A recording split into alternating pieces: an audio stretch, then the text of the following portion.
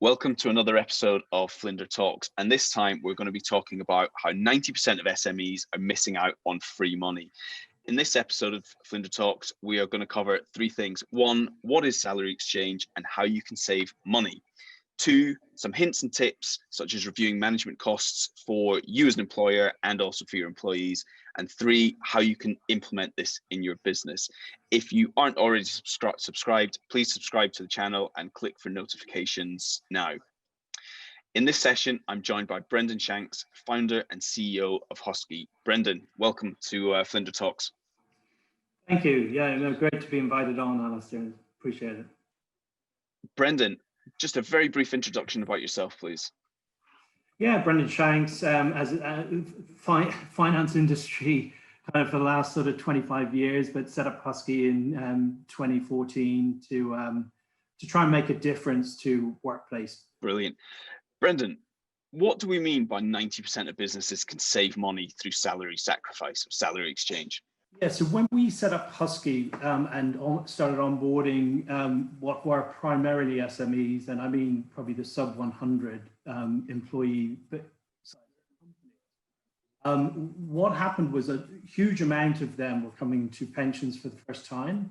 So they would implement a new auto-enrollment workplace scheme. And the earnings basis that was primarily used was what was known as qualifying earnings. As a result of this highly kind of technical issue, salary exchange, a government incentive that's been around for sort of 20 years, wasn't implemented on this salary because I guess employers hadn't used it and they hadn't had a pension, so therefore weren't implementing it. We then realized that actually these vast number of employers were missing out on what is essentially free money because you're effectively saving national insurance payments on salaries and diverting them into, in our case, pensions. So we were quite shocked by that when we first set up that actually, and I'd come from large employers who had generally just done this. You did this when you kind of joined a company. So I think it was a question of, it was complicated and difficult to implement on pension. And you were also implementing a pension maybe for the first time. So, multiple problems, if you will, I think just resulted in, many of these sort of 1.3 million, if you like, companies that came through auto-enrollment from 2012, if you will, from the outset, but really the small ones from 2016, it was really a question of just set up a scheme and get it done. And I think what happened was by just, doing it, getting your legal compliance in place to having a scheme, it was just missed off the list. Yeah, and I remember back in when also enrollment was taking effect, it was a rush for businesses to become compliant, and that was the primary focus. It wasn't getting any value add out of it. It was about compliance, and that was the driver for it. And I think a lot of the time when people talk about pensions, it kind of skirts over their kind of knowledge or their experience, and actually they do the bare minimum of what they need to do to be compliant for their employees now as a business. So huge number of businesses out there that actually aren't taking advantage of this scheme. What sort of money can the average business save? Assuming say an average number of employees, 10 to 15 employees. Well, what does that look like? Yeah, I mean, again, this is we're measuring this now because it's all about employee uptake. So it's the responsibility of the employer or the choice of the employer to implement salary exchange. So therefore, might effectively get missed, but if it does get implemented, again, explaining this to employees and getting them to take it up is really going to be the direct benefit to them or the business. So the more people that take it up, the more benefit there is. And we see a big, very much a journey, I think, in understanding exactly the savings. Like large companies have been doing this for a long time.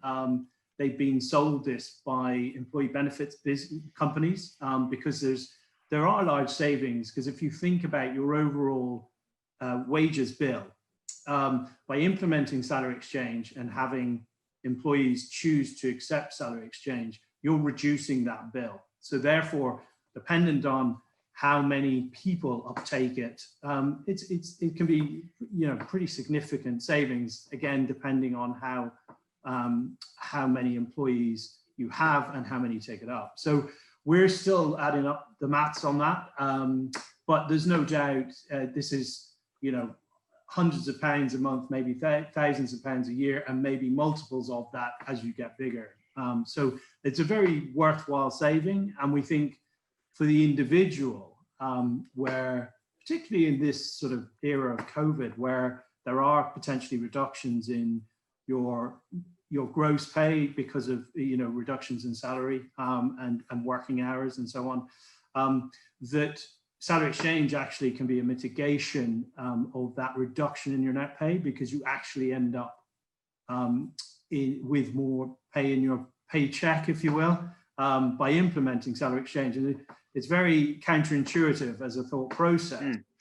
And I think that's why uptake often is maybe initially not quite so many people take it up, and it takes time for understanding. And we're very keen to sort of help with that education.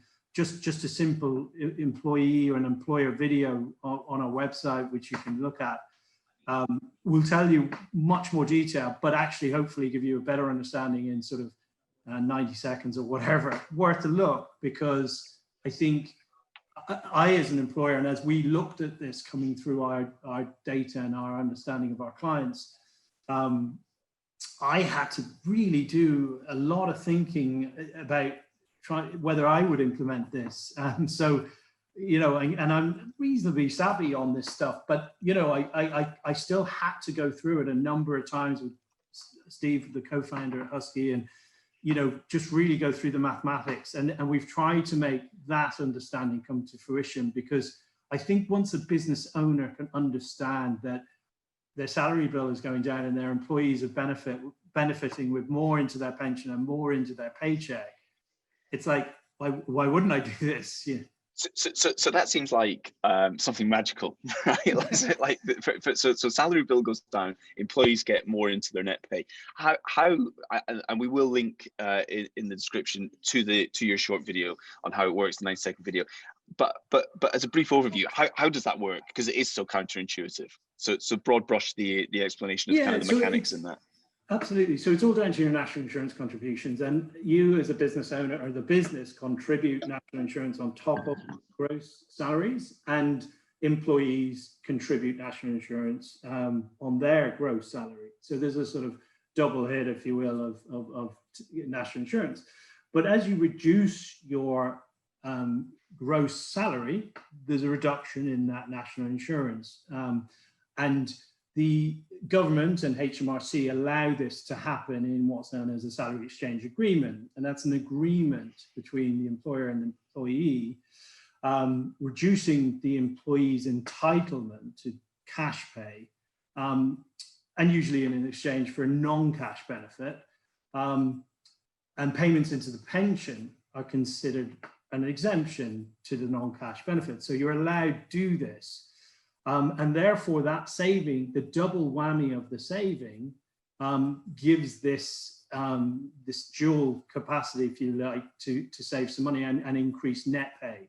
So that as it's reduced, instead of reducing at, say, just the employee level, if you were to say increase, say, a payment into pension, what you're doing is you're shifting all the pension payment into employer, which, you know, by agreeing to do that together, and that reduction results in your net pay increasing, your pension increasing, and the employer's national insurance coming down also. It's up to the employer as to how much of that reduction they take. We sort of believe in supporting the employee on this one, because if they don't choose to do it, there is no benefit to employer. That said, there is no doubt there's a cost to administrate this process, which, again, in our example, you would have Husky do this. Husky's cost perhaps could be covered by that national insurance reduction. So you have no cost to your administration and your employee gets the full benefit. but it's really up to the employer as to what they do. We find with the payroll software systems that implement salary exchange that they tend to apply all the saving across to the employer by default. And I think it's just a question of that understanding and education, because most employers are also employees. So looking at it with that dual hat on, I think there's a balance between the two. And what we'll be trying to do over the next sort of 2 years as we really establish concrete data is to say, well, actually, you might want to take 10% or 15% savings to the business and the 85% to employee. But it really is dependent on uptake by the employee as to what total overall numbers are. So it's a win-win-win, really, between the employee's pension going up, the employee's net salary going up, and the employer's also saving on the cost of employers' national insurance as well. So win-win-win there. And obviously, how you apply those savings between the employee and the business, that's what you're just referring to in terms of some modeling there as to kind of what the best way to do is to incentivize the employee, more employees, because the more employees that kind of go through this, it covers the administration cost. Yeah, exactly. And we put together, because again, back to this point where I was trying to kind of get my head around it and get it implemented efficiently for our business. And we put a calculator together on the website as well, which might be worth linking to, that just helps an employer understand how it works and how many people and change, and they can see quite hopefully easily. But also for the employee on our app, we've tried to make this very simple so they can, and you don't have to be an employee of Husky to kind of utilize the app either, but you can go in, have a look at the app and play around with what your minimum contributions are today, for example, 5 and 3% of qualifying earnings, most likely. Playing around with those on the app and implementing salary exchange, you can start to see how your net pay goes up every month. And it might be £10, it might be £30, £40, £50, depending on how much you earn, how much you contribute to pension today, and converting some of that into this benefit. So we've tried to make that very complicated bit, quite simple. So you can see pounds and pence. Okay, I'm better off. I can pay for my Netflix and Amazon Prime, for example. Why not have my national insurance pay for that as opposed to me? Yeah, and if you get up to the £50 a month, pay for a gym membership as well. Oh, for sure. So, and if you then multiply that by 12 and kind of add up what it would be as a gross salary, if you were to go, okay, how much would I need as an increase to my salary to get that equivalent in my net pay? That can be in the thousands of pounds as a salary increase per year. So it's a great thing to do.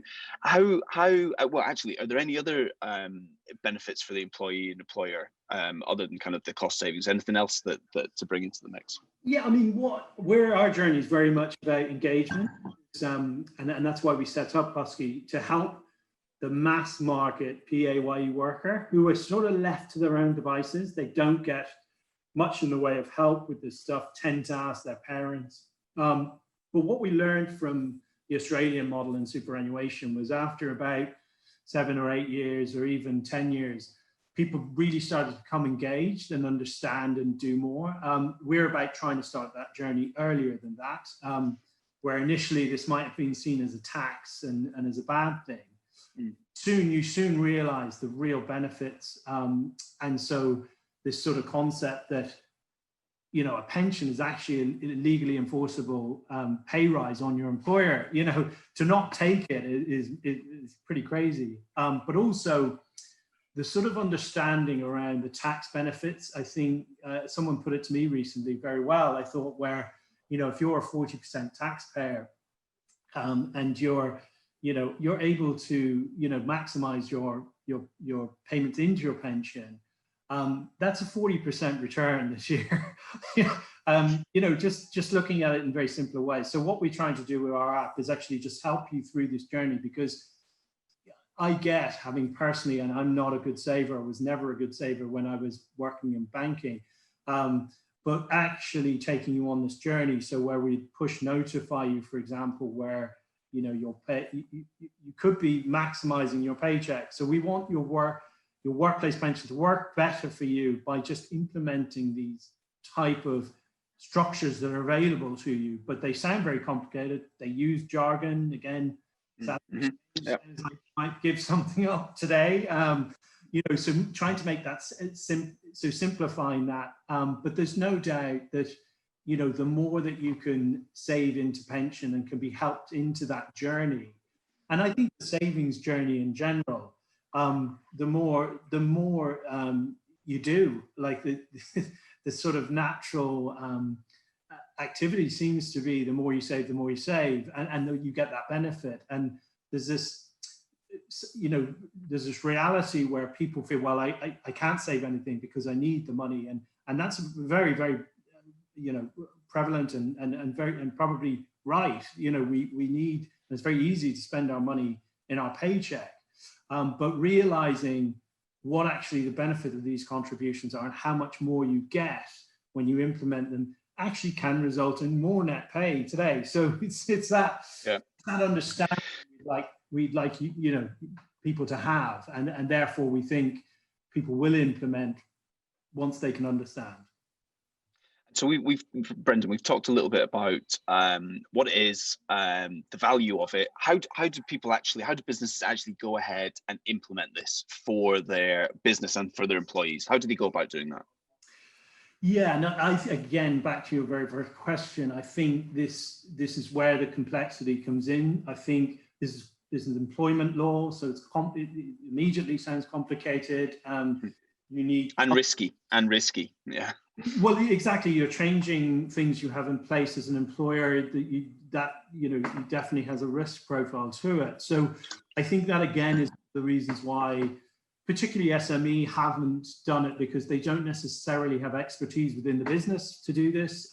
They then don't particularly want necessarily an advisory cost, or what they deem potentially as they might potentially have an advisory cost. And again, legal paperwork, sounds like administration, sounds like cost. So what we have put together is a package where, we've got boilerplate documents that are very clear and easy to understand. We implement them across the workforce, and it's all done for our administration costs. So we recognize that, there was this barrier and complexity, and immediately, it's not just complexity, it's administration and compliance. You're starting to frighten an employer. So what we've tried to do is make this very simple. So yes, you are compliant. We check there are key things like you cannot go below minimum wage. Very easy to do in salary exchange arrangements.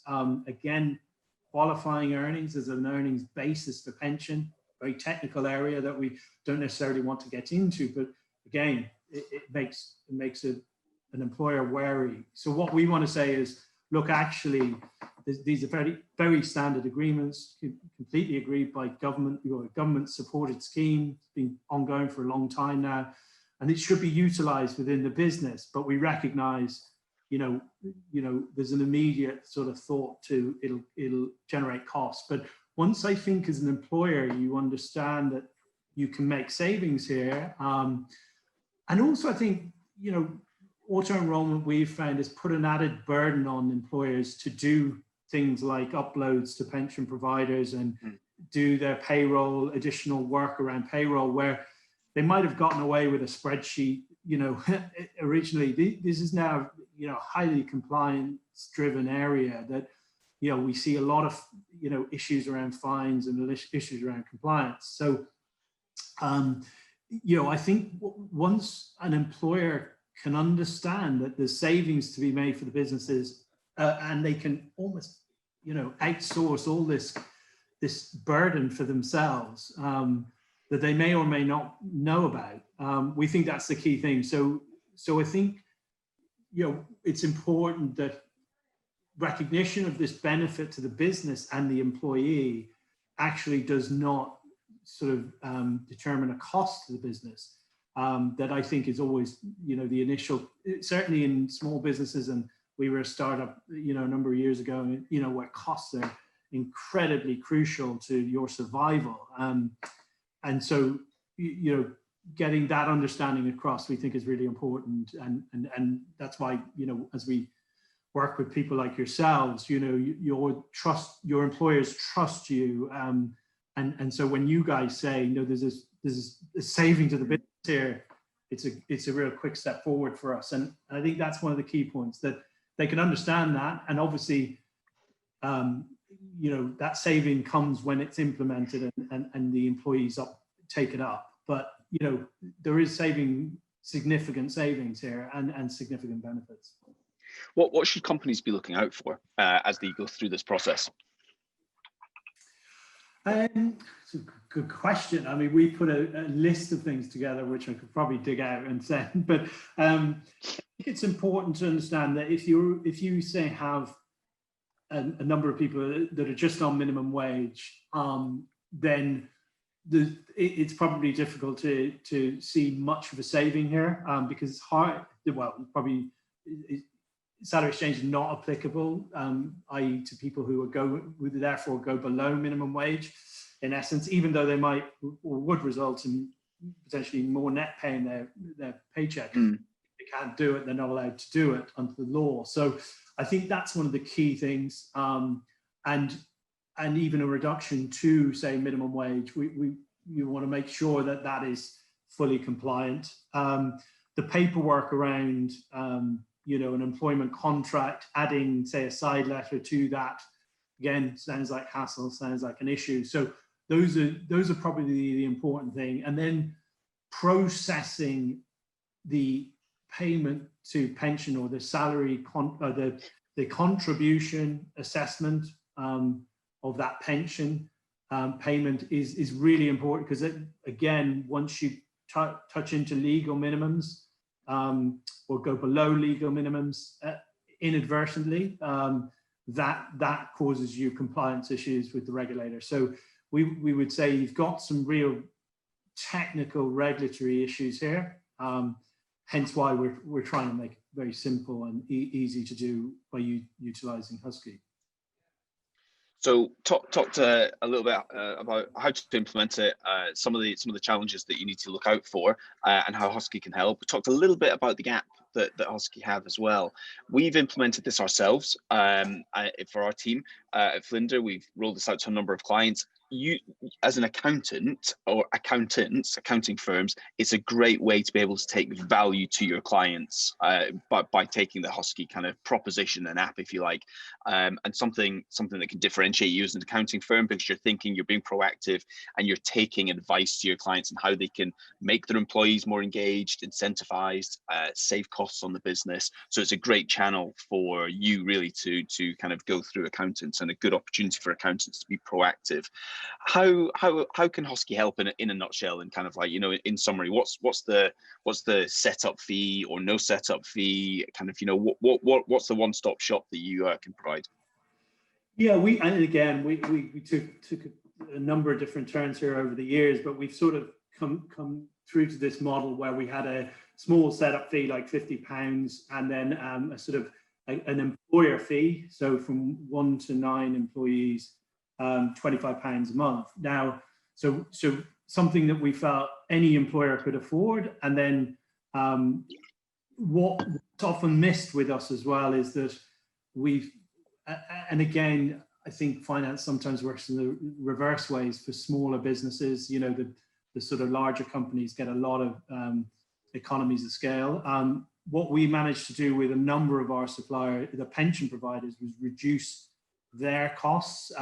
I think that's such an important thing to employers, because, you know, this is, you know, one of the biggest employee benefits there is. And there's, you know, a number, if you look at the costs of the provider you've implemented for your staff, we think there's very different ones across the board, and some have big implications for the individual. So we think checking, you know, the cost of your scheme and how much the administration and processing is every month is really well worth doing, because we can pretty much guarantee you it's if you implement salary exchange and, you know, look at us to run all your pension contributions and pension compliance, I think you'll find you're saving a lot of time and money versus what you're doing today, dramatically so in some cases, and certainly if we think about what we're about is the long-term mass market saving, helping PAYE worker utilize these benefits that they've got, the government allows, and allowing that to flow through to their pension pot over time makes an enormous difference, like hugely beneficial things, we think, in terms of amounts. So I think that's where we come to the fore. We're very much about mass market savings, but also recognize that we've got to make this simple and easy for the employer, because they are going to see the cost to Husky immediately and say, well, can I, I might have a free net scheme and I do the uploads myself and I do my paychecks, but it's not costing me. But you'd be surprised, in reality, there are quite significant costs, and likewise, you're missing then out on implementing something like salary exchange, because you would struggle to do that, I think, without expertise. Brilliant. So I guess to all the accountants listening, do your clients a favor, do yourself a favor, have a look at this, maybe get in touch with Husky to find out a little bit more information, and take this to your clients. And then to the businesses out there, do your employees a favor and start thinking about implementing this. So Brendan, thanks very much for that. How can people learn more or maybe get in touch with yourself or Husky? Yeah, so well, funnily enough, we just started our first direct marketing campaign, because we very much to date have come through the accountants as a channel, and the advisors, but really accountants, and we see ourselves very complementary, and anyone who's worked with us like yourselves, and I think sees the really complementary nature. So obviously you can go onto our website, huskyfinance.com, but we're doing our first campaign on radio, and we got John Cleese to do the voiceover, so we're very happy about that. I'll send you a link to the ads, because yeah, I'd love to hear that. I'd love to hear it. Yeah. Everyone's quite amused by them, and he put his own spin on it as well, in terms of you don't want to be your workplace pension to be a dog, so it's kind of funny, fun stuff, hopefully, but also there's a real message there that, yeah, look, implement this thing, it's a benefit to you and your staff. It does sound difficult and it does sound hard, but it's in reality not, if you give it over to someone like Husky for what we think is fairly reasonable pricing, and hopefully an amount you end up saving anyway, so you kind of get it for free. Brilliant. Okay, so either listen out for John Cleese talking about not making your finance or your pensions a dog, or head over to huskyfinance.com to find out more. Then, okay, brilliant. Thanks very much, Brendan. I hope you enjoyed this video. For those that are watching, if you did, give us a thumbs up. Don't forget to subscribe, and we'll see you next time on flinderTalks. Cheers. Right. Thanks, Alastair. Bye.